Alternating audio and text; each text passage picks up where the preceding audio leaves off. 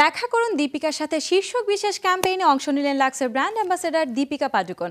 Mesmerising fragrant evening with Deepika শিরোনামের এই আয়োজনকে আরো জমকালো করে তুলো দীপিকার উপস্থিতি। বিস্তারিত থাকছে প্রতিবেদনে। চলতি বছরের শুরুতে দেখা করুন দীপিকার সাথে শীর্ষক এক ক্যাম্পেইন শুরু করেছিল লাক্স। ক্যাম্পেইনে অংশ নেন 12 লাখ দীপিকা ভক্ত। সেখান থেকেই বাছাই করা হয় 1000 ভক্তকে, যারা দেখা করতে পারবেন দীপিকার সাথে। অনুষ্ঠান সন্ধ্যা 7টায় শুরু হওয়ার কথা থাকলেও শুরু হয় রাত 8টায়। শুরুটা ছিল সঙ্গীতশিল্পী বাপ্পা মজুমদারের পরিবেশনা দিয়ে। এরপর একে একে সঙ্গীত পরিবেশন করেন নেমেসিস ব্যান্ডের জোহাদ, কণা ও জন। সঙ্গীত পর্ব শেষ হয় পার্থ বড়ুয়ার পরিবেশনার মধ্য দিয়ে।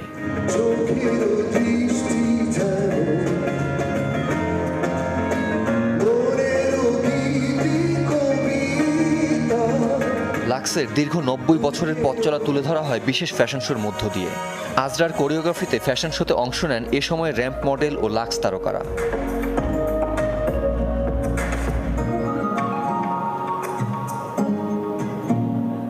রানওয়েতে হাঁটতে দেখা যায় শমী কায়সার, মৌ, ঈশিতা ও কুসুম শিকদারকেও। পুরো অনুষ্ঠানে সঞ্চালকের দায়িত্ব পালন করেন সঙ্গীত শিল্পী তাহসান। লাক্সের এই বিশেষ ক্যাম্পেইনে অংশ নেওয়ার জন্য 30 মে দুপুরে ঢাকায় নামেন দীপিকা, কিন্তু অনুষ্ঠানে আসেন রাত 9টা 6 মিনিটে। দীপিকা ভক্তদের অপেক্ষার অবসান ঘটিয়ে মঞ্চে তখন দীপিকা।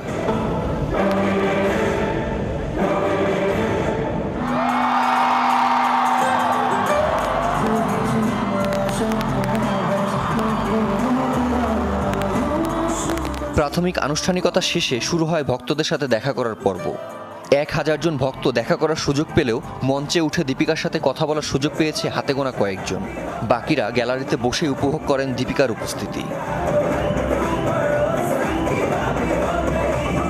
ভক্তদের সাথে দেখা করার পর্ব শেষে শুরু হয় নতুন আয়োজন।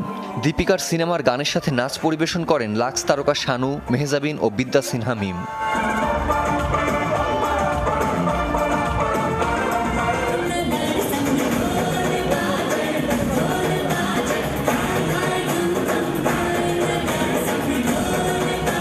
সব শেষে প্রদর্শিত হয় দীপিকার পথ চলা নিয়ে একটি ভিডিও। এরপর সবার কাছ থেকে বিদায় নেন বলিউডের এই অভিনেত্রী। আবারও বাংলাদেশে আসতে চান দীপিকা, সেই সাথে বাংলা চলচ্চিত্রে কাজ করার ইচ্ছা পোষণ করেন তিনি।